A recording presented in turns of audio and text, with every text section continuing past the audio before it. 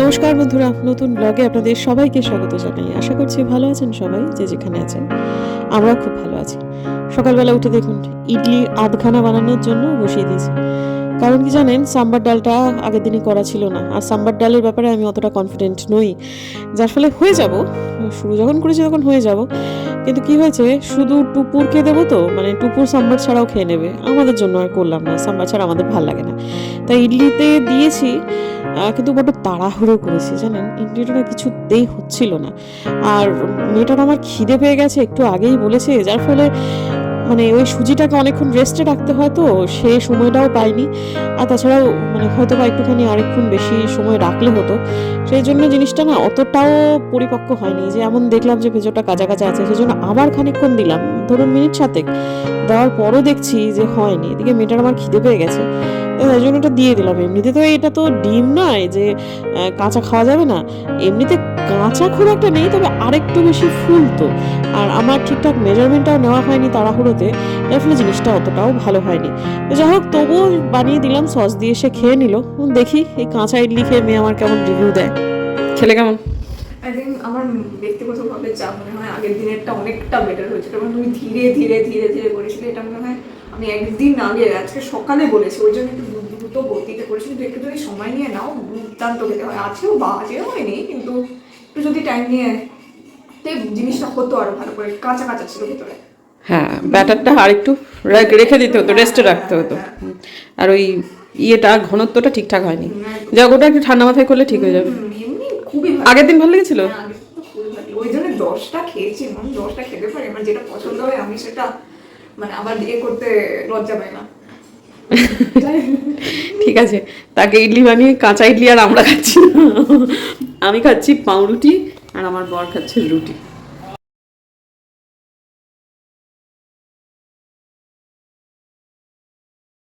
সকালে ইডলির জন্য কারি পাতা নিতে এসে খালি হাতে এসেছিলাম, মুগ্ধ হয়ে গেলাম সত্যি কথা। এই যে 3টে স্থলপদ্মের মতো জবা।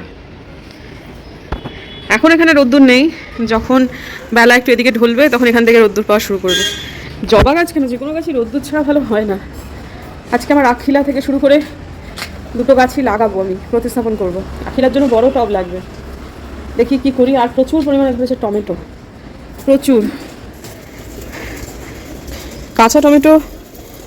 ছোটো মাছে খেতে খুব ভালো লাগে, কিন্তু বরটা একদম খেতে চায় না জানেন, ওই জন্য আজকাল শ্বশুরমশাইও নেন না। আর ওই কী হয়, ছোটো মাছ বাঁচতে বড্ড সময় লাগে, আপনাদের একটু সময়টা বেশি লাগে, ওই আর কি। অনেক কিছু ভেবেচিন্তে আর খাওয়া হয় না। বুম্বাদা যদি ছোটো মাছ ভালোবাসতো না, তাহলে ডেলি ডেলি ছোটো মাছ হতো। ঠিক আছে, এখন প্রচুর ফুল এসেছে টমেটো গাছে। শিম গাছটা এবার আর হলো না আমাদের। আর এইসব, হ্যাঁ হ্যাঁ ঠিক আছে ঠিক আছে, যাচ্ছি। এইসব গাছগুলো প্রচুর পরিমাণে বাড়ছে, মানে বহরে বাড়ছে, কিন্তু তারা ফুল আর খুব একটা দিচ্ছে না। এতদিনে যা হোক 1-2 কুড়ি পাওয়া গেল এই যেখানে। এগুলো কিন্তু কোনোটাই কেনা গাছ নয়, সবই ওই বিছন ছড়ানো গাছ, মানে ফুলের পাপড়ি ছড়িয়ে দিলে যেটা হয় সেটাই। গামলা উপর করলাম, সেসব কাজের সময় না ব্লক করা যায় না, মনোসংযোগ সম্পূর্ণ এদিকে দিতে হয়, পরিশ্রম সাধ্য কাজ। এই যে দেখুন, এখন এটা আমি একটা গামলা কিনবো। এটা যেহেতু লক্ষ্মী কমল, সেহেতু নারায়ণ কমল, সরি, আমি এটাকে ফেলতে পারছি না, নাহলে এটা আমাকে একটাও ফুল দেয়নি, আমি এটা সরি, এটা আমাকে একটাও ফুল দেয়নি, আমি হয়তো এটা রাখতাম না। তো এটা হচ্ছে একটা টিউবারও বেরোয়নি, সবই জানার, এই যে ইয়েলো পিওনি। আর এটা হচ্ছে রেড ফিলিপ, ওইটা আমি একটা টিউবার রেখে বাকিটা রাখবো না, বাকিটা আমি ফেলে দেবো। আর মোহাং আমি রাখবোই না, আমি টিউবার ধরে এবারে সার করার জন্য আমি বাগানে দিয়ে দেবো। পদ্ম গাছের সার খুব ভালো হয়, কারণ ওটা আমার হবে না, আমার দ্বারা হবে না। মন খারাপ করা জিনিস আমি রাখবো না। আমি ঠকেছিলাম আগের বছর, এটাও ঠকেছিলাম, কিন্তু ঠিক আছে। আসলে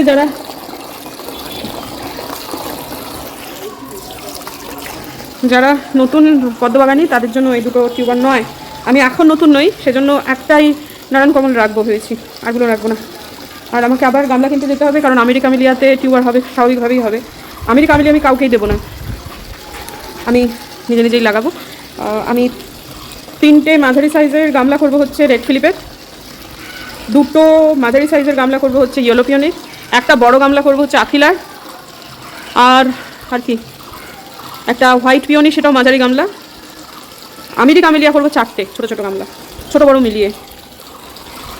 ঠিক আছে, হয়ে গেছে।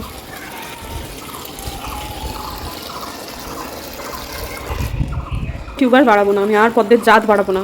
অসংখ্য জাত আছে, এটা আমার সীমাবদ্ধতাটা বুঝতে হবে যে আমি কতদূর মেনটেন করতে পারবো। শুধু গাছ আনলেই তো আর হলো না, সেটাকে যত্ন করাটাও জরুরি। দরকার নেই, এই যা আছে মোটামুটি 6-7টা জাত মিলিয়ে ভালোই। পদ্মবাগান আমার নেহাত খারাপ কেউ বলবে না। আর কেউ যদি বলেই বা তাহলেই বা কী করবো, আমি যতটুকু ঠিকঠাক যত্ন করতে পারবো আমি ততটুকুই তো করবো বলুন। আমি এই জায়গাটায় জলগুলো ফেলে দিয়েছি, সেই দেখুন এখানে কত পরিমাণ তুলসী গাছ হয়েছে। এইরকমভাবেই যেদিন আমার এখানে কোনো একটা গাছ হয়, এই জায়গাটাতে মাটি দিয়ে ভর্তি হয়, সেই ভরসায় ওইখানে একটা তুলসী গাছ আছে, এখানে নতুন নতুন তুলসী চারা হয়েছে, এখানটাতেও নতুন তুলসী চারা হয়েছে। বা অভিশাপে তেনারা যত্রতত্র হয়ে থাকেন, সব বলার নাই। এখন বাদে আবার সেই ছাদেই এলাম। এখন বিকেলবেলা ওই যে ওখানে সূর্য, ওই যে ওদিকটায় সূর্য, এখন বাজে 4টে, সূর্য ওদিকটায় গেলে হবে একদম পুরোপুরি অন্ধকার। জামা কাপড় সব ছাদ থেকে চলে গেছে, মানে এখন ওই আর কি বিকেল। তো আমি গেল দিন আপনাদের যে কন্টেন্টের ব্যাপারে কথা বলছিলাম, যে আমাকে কয়েকটা কমেন্ট নিয়ে একটু কথা বলতে হবে। এটা কিন্তু কাউকে উত্তর দিতে বসে গেলাম টাইপের ব্যাপার, সেরকম মোটেই না। বিষয়টা হচ্ছে যে সরি, বিভিন্ন সময় বিভিন্ন রকম প্রশ্ন মানুষে করে, এক একটা ভিডিওতে উত্তর দিয়ে দিলেই হয়। তার মনে হলো যে সব কিছু জড়ো করে একটা ভিডিওতে বলাটাই ভালো, সেই জন্যই আজকে এলাম। প্রথম কথা হচ্ছে, একটা কমেন্ট আমি পাই, সেটা হচ্ছে রূপো যে তুমি কিনছো, সে রূপোটা কিনে কী হবে? কারণ কেনা বেচার ব্যাপারে, মানে বেচার সময় তো বিশেষ লাভ কিছু পায় না, এক একজন এক এক রকম দিতে চায়। হ্যাঁ, এটা সত্যি কথা। বিশেষ করে 9 to 5 সিলভার না কিনলে এই সমস্যাটা আরও বেশি হয়। সেই জন্য মাথায় রাখতে হবে সবসময় 9 to 5 সিলভারই কিনতে হবে প্রথমত। আর 2 নম্বর কথা, এখনও পর্যন্ত যে দোকানে আপনি 9 to 5 সিলভার কিনলেন, সেই দোকানে গিয়েই যদি আপনি বিক্রি করতে চান, তাও অনেক সময় ওরা একটু নিজের মতো করে জিনিসপত্রগুলোকে সাজিয়ে নেওয়ার চেষ্টা করে। এখন রূপোটা যে হারে বাড়ছে লাস্ট 1 বছর ধরে, ভবিষ্যতে আরও বাড়বে। তখন সোনা নিয়ে এখন যেমন মানুষের মধ্যে অত রকমের ধোঁয়াশা নেই, অনেক নতুন নিয়ম তৈরি হয়েছে, রূপো নিয়েও হবে, চিন্তা করবেন না। কিন্তু যে যবে হবে তবে আপনি কিনবেন এবং তবে আপনি বিক্রির কথা ভাববেন, সেটা করবেন না, তাহলে যেটা হবে আপনার লোকসান হয়ে যাবে। এখন আপনি যেখানেই কিনুন 9 to 5 সিলভারই কিনুন এবং রেখে দিন। যখন সময় আসবে, দিন যত এগোবে, কেন গলাটা ডিস্টার্ব করছে কি জানে, দিন যত এগোবে তত কিন্তু এগুলোর নিয়মের বিভিন্ন রকম সংশোধন হবে। এবং সোনা যেমন এখন কোনো রকম বিক্রি করতে অসুবিধা হয় না, আজ থেকে ধরুন 5-6 বছর পর রূপো বিক্রি করতে অসুবিধে হবে না, এবং এটা হবেই, এটা খুব স্বাভাবিকভাবেই হবে। দ্বিতীয় টপিক হচ্ছে, দিদি তোমার কন্টেন্ট ভীষণ বোরিং। হ্যাঁ, বোরিং তো হবেই। আমি আমার প্রাত্যহিক রোজ নামচা দেখাই, আমি ছোট ছোট ছোট ছোট ছোট করে স্টেপ যে ফেলছি সেটা দেখাই, আমি 15 দিনে 10 কিলো ওজন কমিয়ে ফেলবো সেই চ্যালেঞ্জ নিয়ে নিই। আমি আমার প্রত্যেক দিন লাফ দিয়ে 3 তলায় উঠে যাব, এই চ্যালেঞ্জটা আমার পক্ষে নেওয়া সম্ভব না। অনেকে হয়তো করেন, সেটা তাদের পক্ষে সম্ভব। প্রত্যেক দিন হাঁটছি, তাতে করে 10 টাকা 20 টাকা 25 টাকা করে বাঁচাচ্ছি, সেটা কারোর চোখে লাগবে না। কিন্তু যখন আমি 1 লক্ষে 30,000 টাকা আপনাদের দেখাতে পারবো যে দেখুন এতগুলো টাকা আমি জমিয়ে ফেলেছি, সেটা তখন আপনাদের চোখে লাগবে। কিন্তু সেটা সূত্রতা হয়েছিল হচ্ছে ওই 10 টাকা 20 টাকা দিয়ে বাঁচাতে। ছোটো ছোটো জিনিস তো মানুষের চোখে পড়ে না বন্ধু, কিন্তু যারা তার মধ্যে ওই জিনিসগুলোকে ধরতে পারে এবং নিজেদের জীবনে প্রয়োগ করতে পারে, তারা সিকান্দার। সবাই সেটা হবেন না, সেটাই তো স্বাভাবিক। আমি যখন রূপো কিনতাম তখন আমাকে এই কমেন্ট প্রচুর ফেস করতে হতো, তোমার তো রূপো কেনা রূপো কেনা রূপো কেনা। বন্ধু, হ্যাঁ, ছোটো ছোটো করে রূপো কিনেছি। তারপর যখন খুব বেশি মাত্রায় কমেন্টগুলো আসতে শুরু করলো, তখন আমি দেখানোই বন্ধ করে দিলাম। বেশ কয়েক মাস কিনিনি, আর আবার কিছু জিনিস দেখাইও নি। কিন্তু একসাথে যেদিন আমি রূপো কি গয়না কিনেছি সেই ভিডিওটা আমি যেদিন করলাম, সেগুলোতে শুধু ফিজিক্যাল সিলভার দেখিয়েছি, কয়েন দেখাইনি, ইটিএফ তো দেখানো যায় না। তা এখন কথাটা হচ্ছে, যখন আমি প্রায় আপনাদের 500 600 700 800 গ্রাম রূপো একসঙ্গে করে দেখিয়ে দিলাম, বা যে এটা আমার হয়েছে, এটা এরকম একটা আভাস আপনাদের দিলাম, তখন সেটা আপনারা বহুজনেই দেখলেন। কিন্তু সেই যে সূত্রপাতটা, সেটা তো রাতারাতি হয়নি।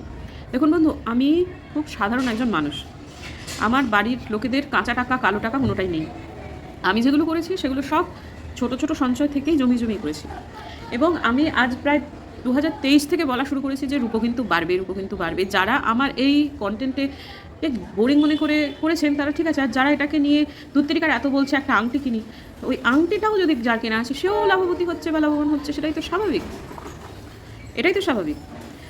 তো আমার কন্টেন্ট দেখে আপনাদের কারোর কি কোনো ক্ষতি হয়েছে? হয়নি, আমি জানি। আমি এমন কিছুই দেখাই না যাতে কারো কোনো ক্ষতি হয়, উল্টে লাভ হয় সেরকম চেষ্টাই আমি করি, যার ফলে এরকম অনেক কিছুই আমি আপনাদেরকে বলি যেটা অন্য কোনো কন্টেন্ট ক্রিয়েটার বলে না। ঠিক আছে, আমার কপালে এই শিরোনামটা জুটেছে, আমি বোরিং ব্লগ করি, ঠিক আছে, তাই হোক তাই হোক। আমি কন্টেন্টের জন্য কোনো কিছু করি না এটা বলা ভুল, কিন্তু খুব বেশি কিছু করি না এটা আমার অপরাধ। এটা হতো না যে আপনারা আমার ভিডিও দেখছেন, যে আপনাদের মনোরঞ্জনের জন্য আমার মাঝে মাঝে 2-3টে করে কন্টেন্ট ক্রিয়েট করা উচিত, এটা আমার নিজেরও মনে হয়, কারণ এটা আমার কাজ, এটাতে ভুল কিচ্ছু নেই। কিন্তু এখন আমার সামনে বের উচ্চ মাধ্যমিক পরীক্ষা, এখন আমি কন্টেন্টের জন্য তামঝাম করতে চাইছি, সোজা বাংলা কথা।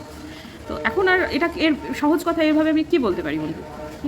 দেখুন, আমি একটা আদ্যান্ত শিক্ষক দম্পতির কন্যা, তো আমি জানি আমার মায়ের একটা খুব ভালো একটা স্বভাব ছিল, সেটা হচ্ছে যেটাকে সেই মুহূর্তে খুব ইরিটেটিং মনে হতো, সেটা হচ্ছে ঘ্যান ঘ্যান, তুতি তুমি এটা করো, তুতি তুমি এটা করো, তুতি তুমি এটা করো, তুতি তুমি এটা করো। বিরক্ত হয়ে যখন সেটা আমি করতাম, তার পরবর্তীকালে আমার কিন্তু এই জিনিসটা খুব সাহায্য করেছে। হ্যাঁ, আমি হয়তো বা এই রূপো কেনা, এই ছোটো ছোটো করে ইনভেস্ট করা, এগুলো আমি কাউকে বলছি না যে করুন, কিন্তু আমি নিজে করছি, তাতে দেখে যদি কারণ মনে হয় ও এত কিনছে, চলুন তো আমি একটু করি, এটাতে আপনাদের কোনো ক্ষতি হবে না, উল্টে লাভই হবে।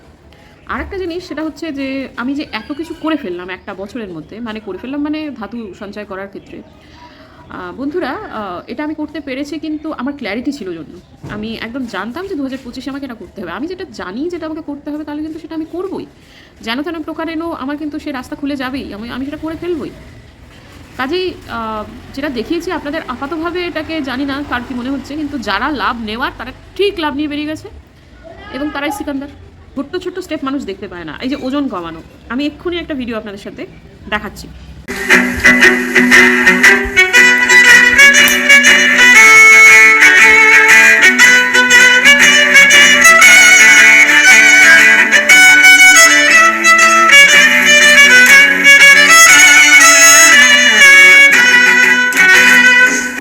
নমস্কার বন্ধুরা, আমার 75 হার্ট চ্যালেঞ্জের প্রথম দিনে আপনাদের সবাইকে স্বাগত জানাই। প্রথমে ওয়েট মেশিনে দেখে নিন আমার ওজনটা। এটা নতুন কেনা ওয়েট মেশিন, যেখানে দেখাচ্ছে 82.7, আর এখানে দেখাচ্ছে যেটা আমার পুরনো কাঁটার ওয়েট মেশিন, সেখানে দেখাচ্ছে 80 থেকে সামান্য একটু বেশি। সাস্টেনেবল ওয়েতে ওজন কমানোটাই তো উচিত, তা নইলে তো মুশকিল হয়ে যাবে। আমি এমন একটা লাইফস্টাইলের মধ্যে কেমন করে যাব যেটা আমি পরবর্তীকালে মেনটেন করতে পারবো না। সেজন্য ধীরে ধীরে কমুক, সেটাই অনেক বেশি আমার জন্য লাভজনক হবে, এবং আমি সেটাই করতে চেয়েছি। লাফিয়ে ধৈর্য না রেখে, ওই দিন আমার নেই, ওই বয়স আমার নেই, আর আমি সেটা করতেও চাই না। ওটা ফেক হয়ে যাবে বন্ধুরা, ওটা একদম 100% ফেক হয়ে যাবে। কথা যেটা আমার মনে হয় যে অনেকেই আমাকে বলেন যে ঝিনুক, তোমার কাছ থেকে অনেক কিছু শিখি, যদি শেখেন আমার কাছ থেকে, এটা আমাকে অ্যাপ্রিসিয়েট করাই বলছেন, যদি শেখেন তাহলে প্লিজ আমার ভিডিওটা না একটু শেয়ার করবেন। তারা লাইকও হয়তো করতে ভুলে যান, তারা কমেন্ট করেন, ডেফিনেটলি সেটা আমার পক্ষে সুবিধাজনক। আর আজকের দিনের ভিডিওতে না আমি একটুখানি নিজেকে উদ্বুদ্ধ করবার জন্য আপনাদের কাছে জানতে চাই। আমি জানি আপনাদের একটু কষ্ট হবে, নয় ঝিনুকের জন্য এই কষ্টটা আপনারা একটু করুন। আমাকে একটু উদ্বুদ্ধ করবার জন্য কয়েকটা কমেন্ট করবেন, যে আমি কোনো ফেক কিছু বলছি না, কিন্তু যেটাতে আপনাদের সত্যিই মনে হয়েছে যে আমি আপনাদের জীবনে ভ্যালু অ্যাড করেছি। আমি এখান থেকে দেখছি অনেকগুলো পাখি একটা গাছের মধ্যে ওঠানামো করছে, মানে রাত দিনের শেষে তারা ফিরছে, সেটা দেখতে দেখতে কথা বলতে ভালোই লাগছে। তো যেটা বলছি, যে আপনাদের কি কারণ মনে হয়েছে যে ঝিনুক আপনাদের জীবনে কোনো রকম ভ্যালু অ্যাড করেছে? যদি সেটা করে থাকি, তাহলে প্লিজ একটু জানাবেন কমেন্টের মাধ্যমে যে সেটা কী। তাহলে আমি সেগুলো একটু পড়বো, আমার সেগুলো নিজেকে দেখে একটুখানি আমি একটু মোটিভেট হবো, এই আর কিছুই না, উজ্জীবিত হব। এই তো, অখণ্ড বিশ্বাস করি ঠাকুর দেবতায়। টোটকা যেগুলো শেয়ার করি, সেগুলো আমি আমার জীবনে প্রয়োগ করি, সেই জন্যই করি, তাতে বহু মানুষের বিরাগ ভজন আমি হয়ে থাকি। দেখুন, আমি কি করব তাহলে বলুন? আমি সবাইকে সন্তুষ্ট করে রেখে চলতে পারবো না। এ ধরনের টোটকাগুলো খুব কাজের, বিশেষ করে লবণের টোটকাটা আমার দেখা যতগুলো টোটকা আমি দেখি যে সব থেকে বেশি এফেক্টিভ। তো তাতে কুসংস্কারাচ্ছন্নই বলুন আর যাই বলুন, পৃথিবীতে সব কিছুই যে আমি বুঝে গেছি তা তো না, তার বাইরেও অনেক কিছুই থাকে। ঈশ্বর, আমি পরিষ্কার বুঝতে পারি যে তিনি আমায় ভালোবাসেন, আমি জানি তিনি আমাকে আশীর্বাদ করেন, আমি তাও জানি। আমি তার ভরসাতেই চলছি, তার ভরসাতেই ডিঙা বাইছি, এখনও পর্যন্ত ভালোই আছি ঠাকুরের পরম আশীর্বাদে। প্রথমত তার কাছেই আমার কৃতজ্ঞতা যে তুমি এত ভালো বাবা মা দিয়েছো আমাকে। মা এখনও পর্যন্ত যেরকম জীবনযাপন করেন সেটা শিক্ষণীয়, সত্যি কথা। দ্বিতীয়ত হচ্ছে গিয়ে তিনি নির্বাচন করেছেন এমন একজন স্বামী আমার জন্য, যার কাছে থাকাটাই একটা মস্ত বড় ব্লেসিং। ঈশ্বর দিয়েছেন আমাকে অসম্ভব সুন্দর একটা বাচ্চা। তো আমি কৃতজ্ঞ তার কাছে। পারিবারিকভাবে আমার ডাইনে বায়ে কোনো রকম কোনো আফসোস নেই। ছোটোখাটো অভিযোগ অনুযোগ সব মানুষেরই থাকে, সেটা আমি খুব একটা গুরুত্ব দিতে চাইছি না। পাশাপাশি আমাকে এমন একটা প্ল্যাটফর্ম দিয়েছেন যেখানে এখনও পর্যন্ত প্রচুর মানুষ আমার ভিডিও দেখছেন, এবং বহু মানুষের সাথে আমি জুড়ছি, অনেক মানুষ আমার সাথে জুড়ছেন, এই যে আপনারাই যেমন। প্রত্যেকেই আমার কাছে ঈশ্বরের আশীর্বাদ। আমি সবার কাছে ঈশ্বরের প্রতি কৃতজ্ঞ যে তিনি যেটুকু করেছেন আমার জন্য সেটুকু তিনি ভালোই করেছেন, এবং যা করবেন ভবিষ্যতে সেটা আরও বেশি ভালো হবে। এইটুকুই বলার, যে খুব একটা আগে দুঃখ পেতাম, এখন আর কমেন্ট নিয়ে করে দুঃখ পাই না। সর্বশেষ একটা ব্যাপারে আমার বলার আছে বন্ধু, সেটা হচ্ছে দেখুন, আমি কি কারোর কোনো রকম ধর্মে আঘাত করে কথা বলি? আমাকে এই কমেন্টটা দু একটা কমেন্ট রাখা যায় সেজন্য রেখেছি, নাহলে এই ধরনের কমেন্ট আমি পাই, মাঝে মধ্যেই পাই, এবং সেগুলো আমি ডিলিট করি, দেখার সাথে সাথে আমি ডিলিট করি। সেটা হচ্ছে তোমার ধর্মে এটা তুমি কেন করছো, তোমার ধর্মে তুমি এরকম করতে পারো না, তুমি আমাদের ধর্মের ব্যাপারটাকে ফলো করো। আমি কি কাউকে বলেছি যে আপনাদের ধর্ম ট্যাগ করে আপনি আমাকে ফলো করুন, কোথাও কি আপনারা এরকম দেখেছেন? আমি আমার ধর্মকে ভালোবাসি, আমি হিন্দু ধর্মকে ভালোবাসি, আমি প্রত্যেকটা ধর্মের প্রতি শ্রদ্ধাশীল। তারাও তাদের মতো করে উপরওয়ালাকেই ডাকছে, মাধ্যমটা আলাদা, ধর্মের নাম আলাদা, কিন্তু সেই লক্ষ্য তোই একই। তো ব্যাস হয়ে গেল তো না? এই যে সহনশীলতাটা, এইটা তো নেই তাদের মধ্যে আমি যা দেখতে পাই, এবং এই প্রবণতাটা অত্যন্ত ভয়ঙ্কর। এই জিনিসটা প্লিজ আমার কন্টেন্টে এসে বা কমেন্টে এসে করবেন না, এটা আমার ভীষণ বিরক্তি লাগে। আমি কারোর কোনো রকম ধর্মবোধে আঘাত করতে চাই না। আমি কাউকে কোনো দিন বলিনি যে তুমি এটা ফলো করো, এটা তোমার করতে হবেই। আমি আমার জীবন যাপন দেখাই, কেবলমাত্র সেইটুকুই। ও আরেকজন মাঝখানে দেখলাম বলেছেন যে তুমি যেটা কথাগুলো বলছো সেগুলো সর্বৈব ঠিক, এবং তুমি এই কথাটা সবসময় বলবে জামাকাপড় কেনা মানেই অপচয়। না বন্ধু, আমি এটা কখনোই বলতে পারি না, কারণ বহু মানুষ জামাকাপড়ের ব্যবসা করেন, তাদের রুজি রোজগার সংসার প্রতিপালিত হয় এই কাজে আমি সেটা কখনোই বলতে পারি না। আমি আমার জীবন যাপন দেখাতে পারি, আমার জীবন সম্পর্কে আমার চিন্তাভাবনাটা আপাতত আপনাদের সামনে বলতে পারি। যাদের প্রচণ্ড শখ আছে জামাকাপড় কেনায়, হ্যাঁ, তাদেরকে আমি বলবো আপনারা শখ পরিত্যাগ করুন। কিন্তু আমি ব্যক্তিগতভাবে আমার বাবা যে বলতেন যে আমার কাছে এত পাঞ্জাবি আছে, আমি এখন কী করবো, জবরদস্তি তাও বাবার হাতে গুঁজে দিয়ে আসা, এখন আমি ফিল করি যেটা করাটা আমাদের উচিত হয়নি। ওটা আমার বাবার অস্বচ্ছন্দ বোধ হতো।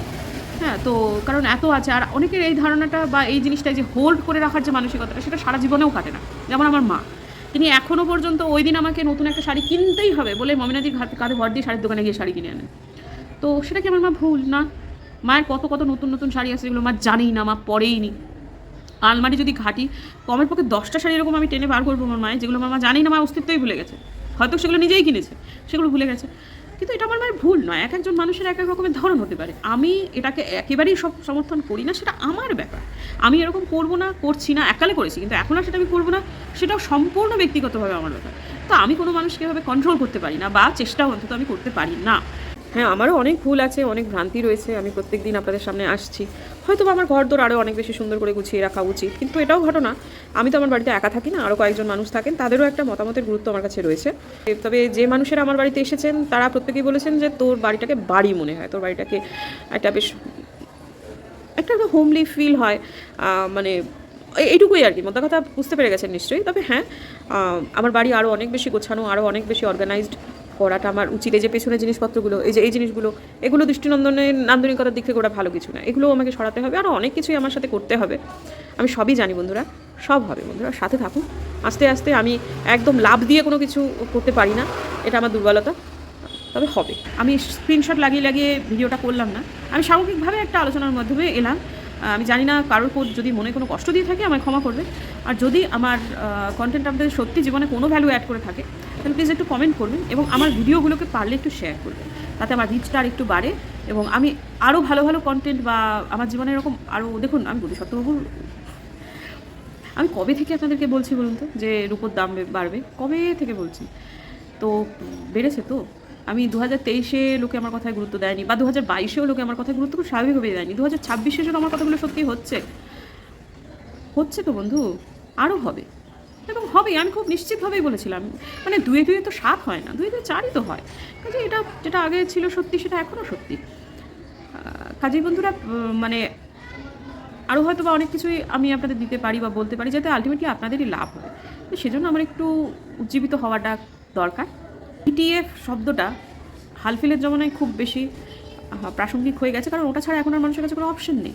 কিন্তু আমি এই ইটিএফ শব্দটা কত বছর আগে থেকে বলে যাচ্ছি আপনাদের সামনে, এক্সচেঞ্জ ট্রেডেড ফান্ড। বোধিসত্ত্ববাবু নিজে আমার ভিডিওতে এসে বলে গেছেন। বন্ধুরা, আমি বলছি তো, আমি চেষ্টা করেছি তো, আরও করবো, কিন্তু ওই আর কি, আমার ভিডিওটাকে একটু শেয়ার যদি আপনারা করেন তাহলে আমার সত্যি সত্যি খুব উপকার হয়। ব্যাস এইটুকুই। কন্টেন্ট আমার এই অবধি থাকুক, প্রাত্যহিক রোজ চাই রোজ দেখাতে হবে এমন কোনো কথা নেই।